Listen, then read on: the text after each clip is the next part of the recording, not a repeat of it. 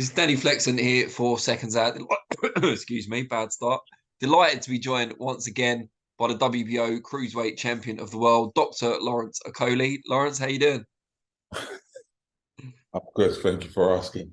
How Oh, are you? I'm gonna say doctor every time. The novelty is not worn off, not even close. I like it. I like it. Yeah, I'm good, thank you. How are you getting on? Where are you at the moment? I'm still in Florida right now, just enjoying some heat. Well, I say enjoying, but when you're running in it, it's not so fun. But it's good, it's good. Getting my weight down nicely, feeling fit, feeling strong. I saw earlier you've got David Adelaide, Andrew Tabiti out there with you, helping you prepare for David Light in March. What have they been like in terms of sparring, but also kind of going on the runs with you and that kind of thing? Yeah, there's some other people floated around as well, but David, um, good, strong heavyweight, good boxing technical ability, so it's always good being in there with someone who's dangerous. As I've sparred. I enjoy heavyweight sparring because it keeps me very sharp. And I like to put myself in those situations. To BE, obviously, we all know his record and what he's capable of. Former world title challenger, extremely skillful, really fast hands, good boxer. So the mix with them, some others that I won't name right now, but the mix with everyone, it gets me sharp anyway, because I'm the type I like to. I don't want to say necessarily spar hard, but I like to have good sparring partners because I think, anyway, it's good having them. Good to hear. And the fight with David Light is obviously on a boxer show. We talked about that last time we spoke. Are you kind of officially with Boxer now, or is that still in negotiation? We're still working, they've got a lot of options in terms of British cruiserweights to fight. I think obviously on my come up, in the 2017, 2018 type years, I was there boxing all the domestic people around that were ranked higher than me, the Matty Askins, 50-50s with Chamberlain at the time, 50-50s with Luke Watkins. And I like those fights. I like those build-ups, someone that speaks English and can, we can actually have a conversation about the fight. And obviously the fighting is the most important thing, but it is good. Like I enjoy that. It helps me to because to be honest, like I was a fan of boxing before I became a boxer. Like probably I was a fan of the build-ups of George Groves and Right. Carl Froch and all those type of things. And like it's just nice to sort of obviously like you don't want to overdo it, yeah, but I just think it's nice to have people that you can bounce off of, or it's genuine, like, do you know what I mean? Because it brings out the best in both people. But yeah, we'll see. And saw your tweet after the boxer show on Saturday night. We'll talk about that in a minute. But first of all, what did you make of Richard Riakporhe's performance against Krzysztof Glowacki, someone you obviously defeated for your for the belt for the WBO title? I thought it was a good performance from Richard. He looked composed. He's getting really good at positioning for counters. Like he's got a tremendous right hand, and his left hook to the body is really coming along well. But I think the good thing about how he does stuff is that he's very patient. He sets stuff up, waiting for particular shots. So when you make certain mistakes, you lean in too much, you throw a lazy shot. He's very good at springing off the line, coming back with a shot to the head, to the body.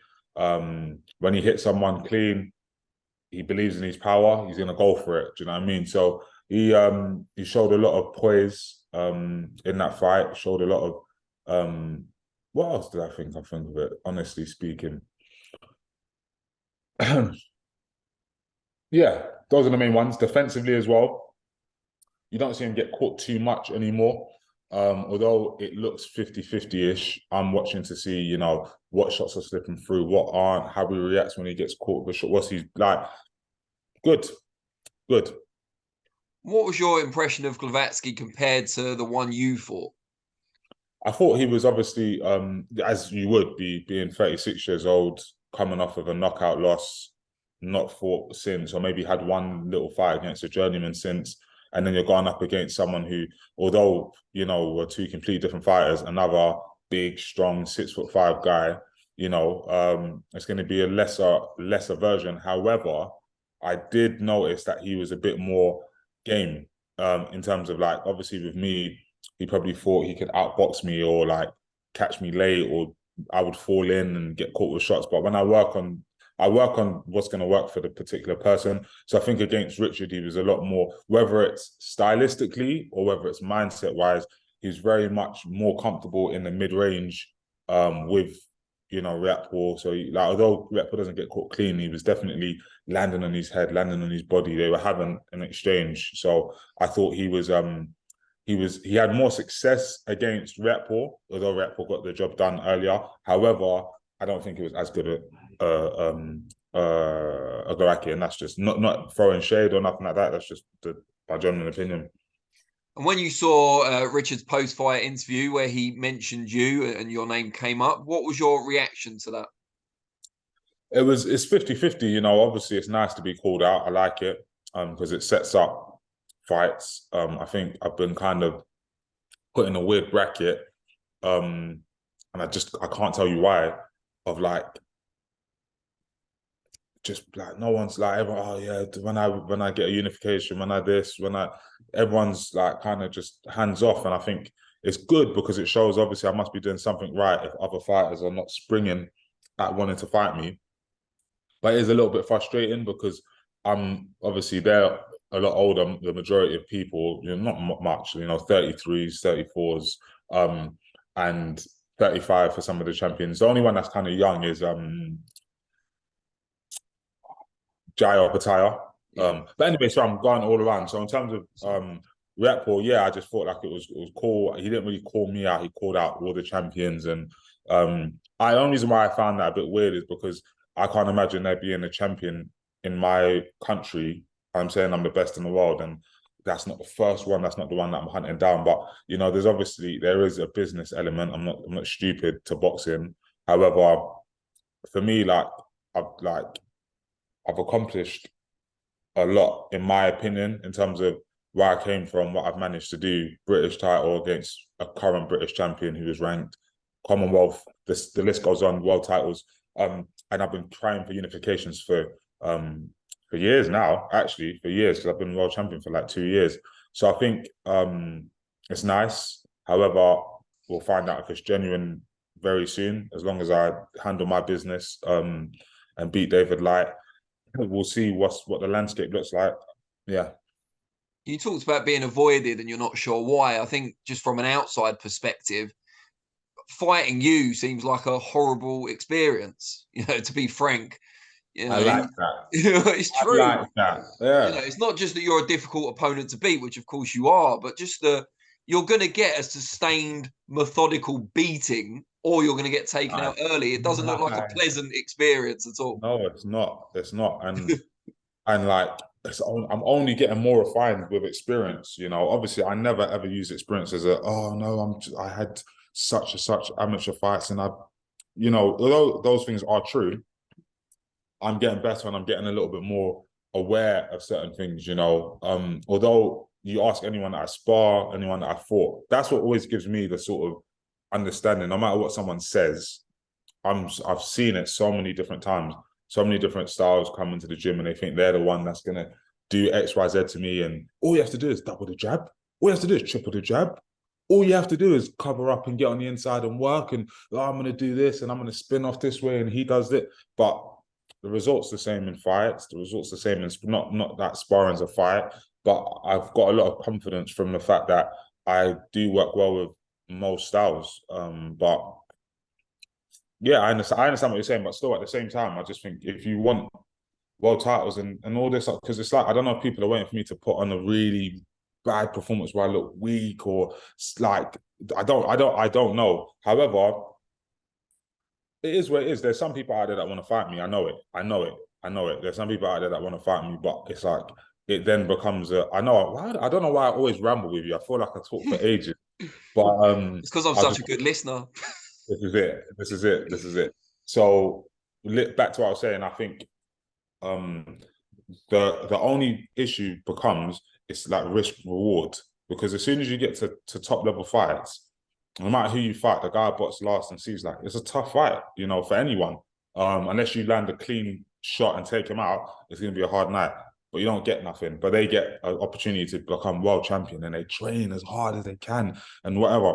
So it's like, I want that feeling again. I want another champion where I don't listen. Like me and Richard, although I know what I believe is going to happen, that's a hard fight. That's a hard fight. He's a big, strong guy, good boxing ability, getting better, really confident. It's not like I'm going to go in there and I'm just going to hit him and he's going to fall over. I have to do a lot of stuff while not getting caught myself, if that makes sense. Not getting caught too often.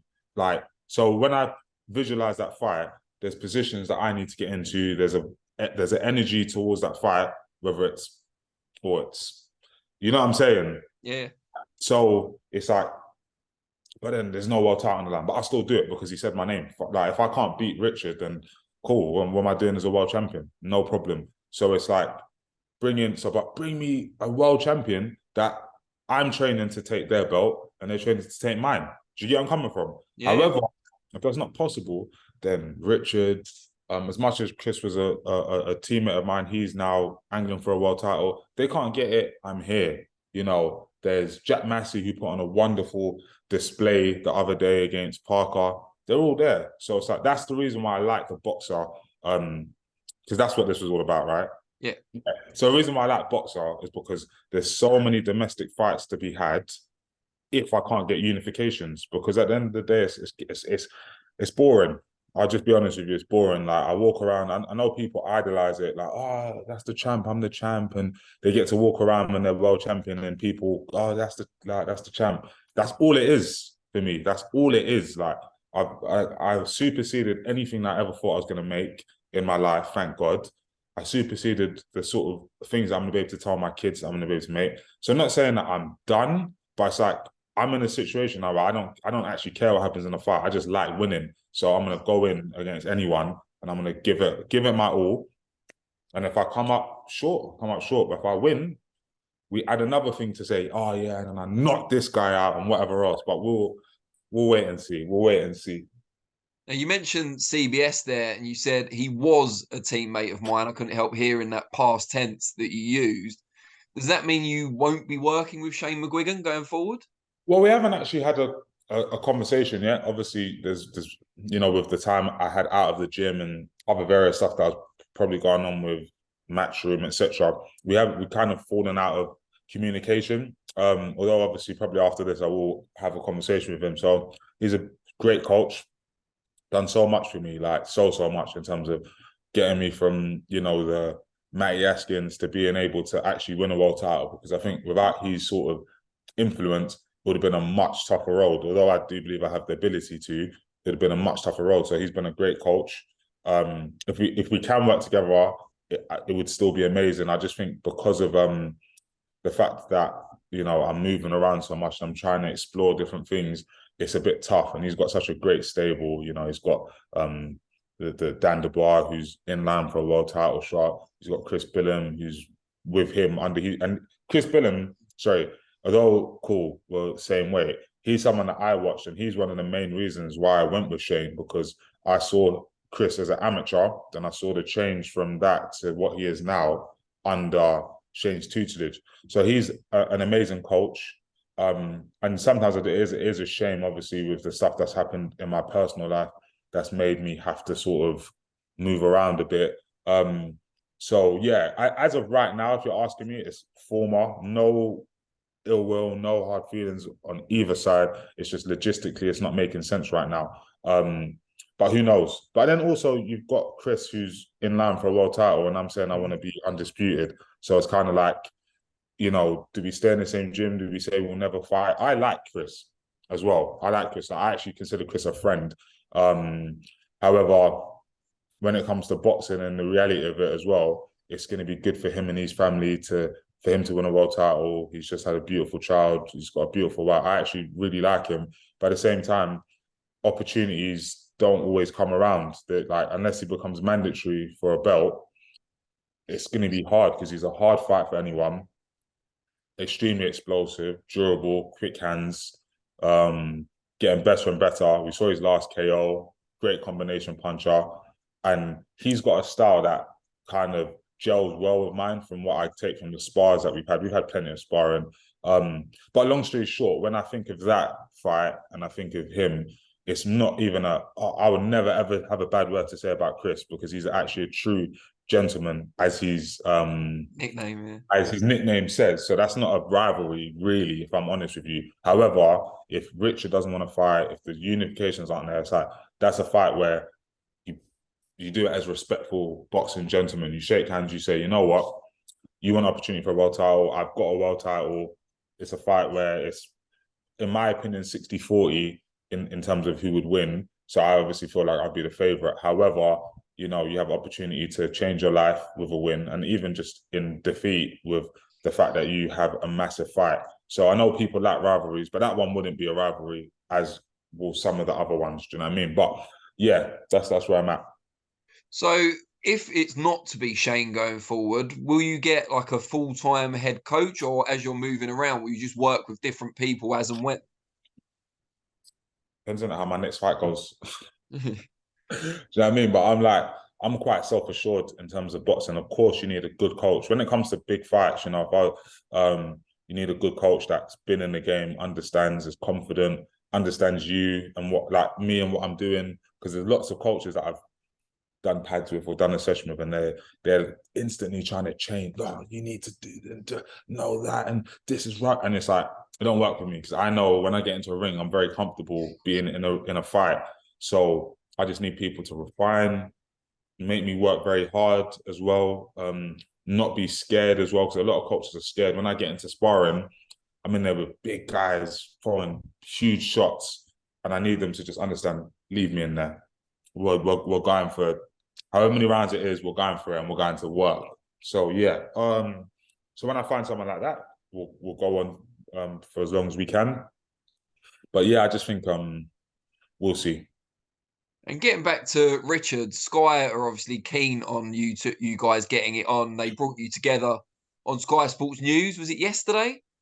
And it was kind of a live thing, but it did seem like you were perhaps more keen, and I'd say this to Richard as well if I speak to him. It seemed like you were maybe the more keen to make that fight than he was on Sky Sports. What did you make of it and his kind of reaction? Because he talked often about the business side of things, whereas you were more keen for him to just kind of commit to getting it on. Yeah, I told you what stage in my career I'm in. Although I'm younger, I've I've done well in and out of boxing. Thank goodness. You know, I've got a great team. I've got my best friend and my manager who's helped me put money into places that I don't actually need to box, if I'm honest. Like, so it's like I'm not really, although money's great, don't get me wrong. Money's money, innit? Do you know what I mean? But I'm not in a situation where it's like, this is the big one. This is the one where a lot of the guys who you were talking, it's like beating me, if of course it changed their lives, but it's like it's a hard fight. So it's like, do you take it now for this, and when maybe if we both win another one, you get here? And I understand there's a whole different thing. So for me, I'm just gonna say I don't give a toss. That is what it is. Like, I'm good. Do you know what I mean? Because like I said, even if I never made another penny off of boxing, I'd be very happy with how my life looks. So it's I understand, but for me that's the problem. One of the last time I'm going to do it, because it's just like I'm a champion. Like, I don't need to be there running and chasing these guys. You said my name. You either want to do it or you want to maybe let it build. I don't know. I don't care. But it's like I've seen too many times where people do this and then one person slips up. Damn, that could have been a great. And then it's like, for example, we look at Bradis, great fighter, great champion. Yo, like, I was there, like, me and him have had our conversations. It's like, yo, let's do it. They were standing in Latvia showing the stadium. We're gonna get, it's you or Jake Paul. And Riakporhe comes and gets the victory. Now it's like, okay, well, like, okay, no unification. So he now gets into a club of like great fighter, great skills, maybe got to heavyweight, we don't know. But it's like that fight's kind of fizzled. No one really talks about it. It's gone. Where it's like, obviously I don't expect to lose anytime soon, but it's just like we can all have this this, like, I have a vision of what is going to happen in my next 3 years. I won't tell you right now, but I have a vision of what fights I'm going to do, how I'm going to do in these fights, and what steps might lead onto this step, and maybe these two box over here, and then I box. Like, but the reality is that as you see, boxing is one punch, one slip. Oh, my leg hurts, my shoulders popped out. Oh no, I can't do what you just never know. But you know, we'll find out. Do you find that frustrating? Because, like you said, you visualize quite far ahead into the future, but there are a strong element of uncontrollables in that. In the, you know, these two guys fighting over here is the bit you can't influence. I've always been a believer where my life has shown that it always works out. I can't even lie to you. Call me crazy. This is one where I can say I might be deluded, but like everything always works out. Do you know what I mean? Like, maybe I'm crazy, but everything You, yeah, maybe. No, but in terms of my boxing career, it's like you watch me, and I watch these guys, Terence Crawford. I watch all, and I'm like, yo, I'm nowhere near as gifted as them, but stuff works out. Like, I always seem to like, and bear in mind why I rate boxers like Richard, Chris, obviously, even though he had a split decision loss to Riakporhe, I rate David Light, the guy that I'm going to box next, who's 20-0 undefeated. Myself, is that you have to do it every time. You have to do it. Like, when you go out to fight, you like to be under. You have to go out there and put it on. The camp that I did for Glowacki doesn't matter today. I have to do a camp for David Light.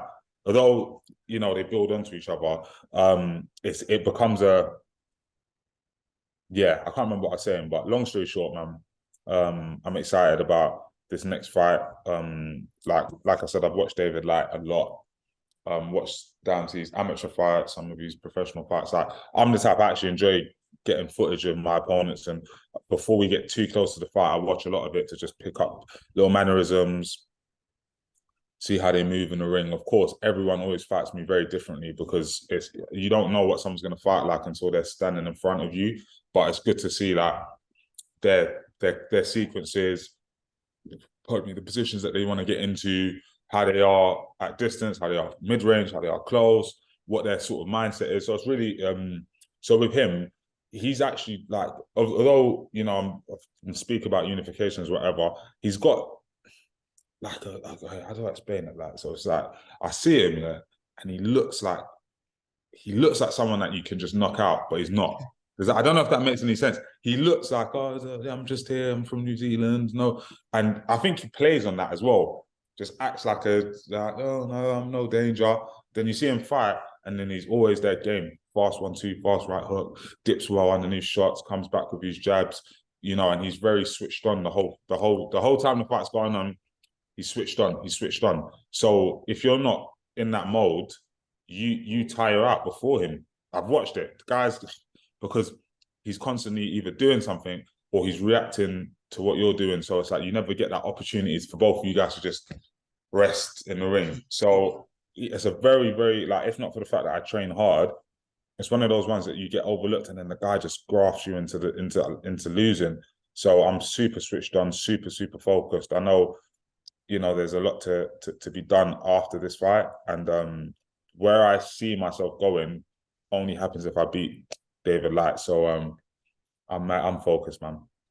Good stuff. Now, just before I let you go, I saw earlier on Instagram you said you want to be the first to predict that Anthony Yarde would win the unified light heavyweight world titles this weekend by KO. By KO against Artur Beterbiev. What gives you that level of faith that Yarde will get the job done at Wembley? I think, okay, so it's a mixture of things. I watched the interview of his. I do think that the mindset is extremely important in a fight like this. He seems relaxed, and he seems to know what I think most of us know he has to do. Although Yarde is extremely athletic, got good reactions, good defense, the thing is, when you're boxing someone who's so vastly experienced, amateur and professional, they've seen so many different styles. So they know how to keep the distance, pop a jab, step back, slap right shot, whatever. So it's like, I don't like, and this is no discredit, I don't like a decision, maybe, like, yeah, but it's a tough ask to be in a ring for 12 rounds with a guy like Beterbiev. However, he can do that, definitely. However, I think he knows he's explosive, very fast, very powerful, a very good power puncher.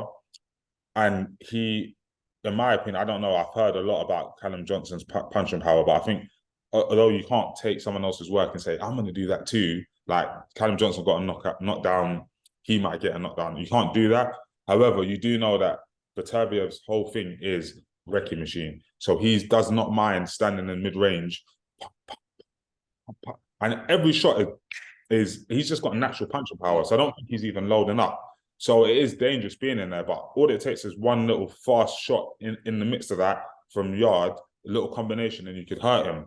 And I think Yarde knows if he hurts him, you get one shot in this life. So this is one where I say empty the tank for real. So I do think he has more than enough skill.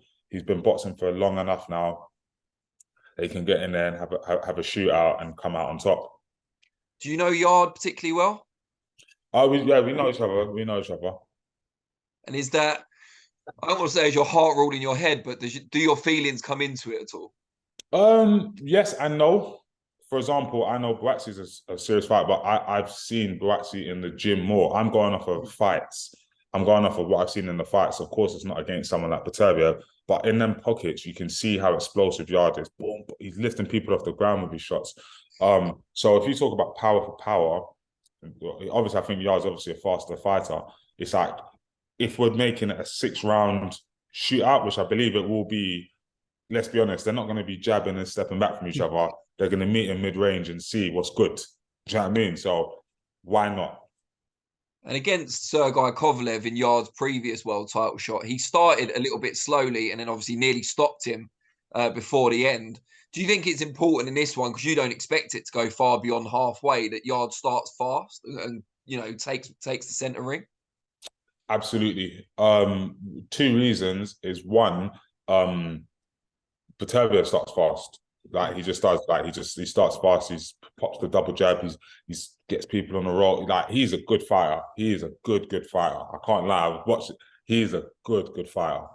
Yeah, he's sick. So why am I mentioning? So I think you have to start fast, because otherwise he starts building momentum. He starts landing on your arms, gets a body shot, and he does hit hard enough to stop anyone. As you've seen, 14 fights, some against other world champions who who are good enough to not get stopped by someone else, but they get stopped by him. So it's like, it creates that sort of thing of like, you don't want people like that, big tanks, getting momentum, boom, because you don't know, one shot, oh, my arm's a bit dead. Oh God, my rib hurts. Oh, that hurt, I'm wobbled. So now your confidence isn't there to do the damage that you could do, because you're not, you're now stuck in that mode of like, mate, if I walk into another one of those, I might go. So you start as you mean to go on and just go to work. Now that would be my advice. Obviously, I'm not a coach, I'm just a boxer. So but I would say you have to start fast, and you have to risk it, because I'm telling you, it's like guys like Beterbiev, guys like Triple G, guys who are just natural ferocious punchers from round 1 to round 12 that hold the power, because they're not explosive, they're just strong. Boom. You have to stop them from working. Like you have to just work on them. Otherwise, like as you saw with Canelo versus Triple G, the first time they boxed, I thought Triple G won, even though it was a draw or whatever the decision was.